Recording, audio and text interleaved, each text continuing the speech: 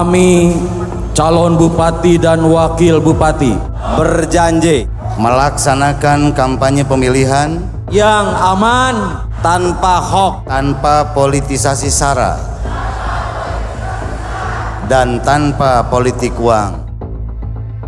3 pasang calon bupati wakil bupati Tasikmalaya membacakan deklarasi damai Pilkada 2024 yang diucapkan dalam pengundian nomor urut yang digelar KPU Kabupaten Tasikmalaya di Islamic Center Kabupaten Tasikmalaya pada Senin 23 September 2024. Ada 3 janji yang mereka ucapkan di hadapan para komisioner KPU dan masing-masing pendukungnya. Pertama, mewujudkan pemilihan yang langsung, umum, bebas, rahasia, jujur, dan adil. 2. Melaksanakan kampanye pemilihan yang aman, tertib dan damai, berintegritas, tanpa hoaks, tanpa politisasi sara dan politik uang. 3. Melaksanakan kampanye pemilihan berdasarkan peraturan perundang-undangan yang berlaku. Tapi janji tinggal janji. Sekitar 10 menit setelah pengucapan janji itu, 2 calon bupati Tasikmalaya secara terbuka menyebarkan hoaks tentang kondisi di Kabupaten Tasikmalaya.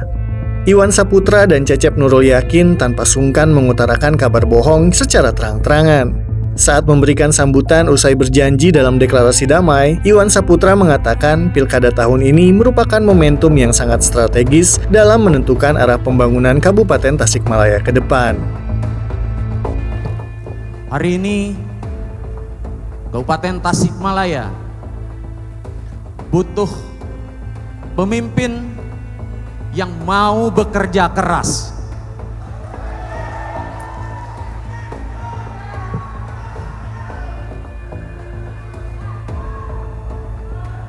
yang tidak membiarkan jalan-jalan rusak,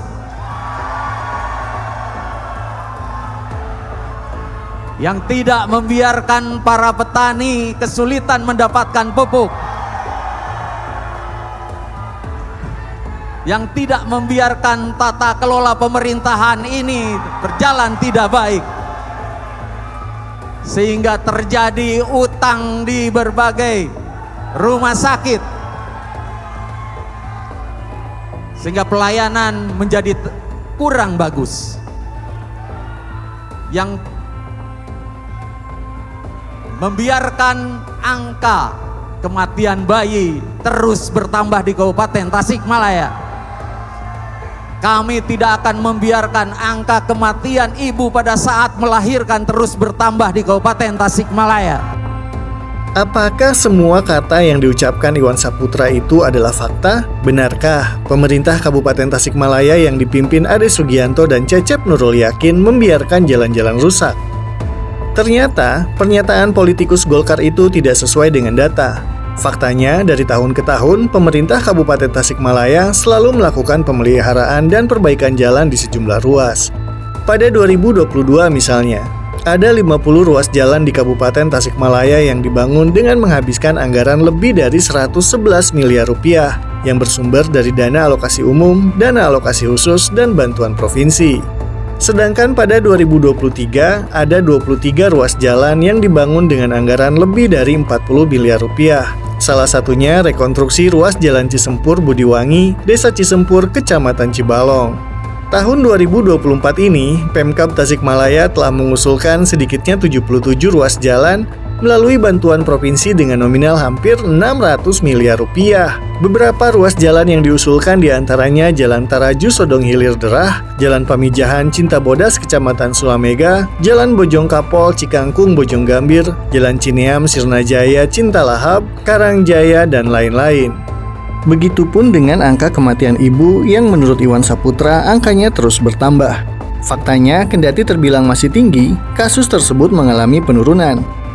Pada 2021, jumlah kematian ibu saat melahirkan tercatat ada 47 kasus, kemudian berkurang pada 2022 menjadi 45 kasus. Lalu, pada 2023, turun lagi menjadi 36 kasus. Bukan hanya Iwan Saputra, Cecep Nurul Yakin pun menyodorkan data yang keliru soal laju pertumbuhan ekonomi. Politikus Partai Persatuan Pembangunan itu mengatakan Kabupaten Tasikmalaya berada di posisi ke-26. Padahal faktanya, laju pertumbuhan ekonomi Kabupaten Tasikmalaya sebesar 4,69% di atas Subang dan Kota Banjar. Sementara itu, Ade Sugianto mengatakan siapapun yang terlibat dalam pilkada tidak perlu berlebihan karena Allah Subhanahu wa Ta'ala sudah menakdirkan siapa nanti yang akan menjadi Bupati Tasikmalaya. Mari kita manfaatkan hak kita semua untuk dipilih dan memilih. Tapi saudara sekalian, terutama saudara-saudara saya, gak perlu kita berlebihan karena apa yang kita lakukan hari ini hanya melengkapi doa-doa kita saja. Sebagian besar daripada itu moal pahili rezeki, moal pahili milik. Apabila Tuhan Allah Subhanahu wa Ta'ala sudah berkehendak, maka kehendaknya itu pasti. Saya amanat, boleh kita berbeda, jangan kita bertengkar satu sama lain. Di atas segala-segalanya saudara-saudara sekalian adalah persatuan di antara kita. Bohong kalau saya bisa membangun, dusta kalau Kang Iip sendirian bisa membawa Tasikmalaya. Mari kita gotong royong bersama-sama. Urang silih asah, silih asih, silih asuh, nu kurangna urang tambahan, nu bengkokna urang lempengkeun.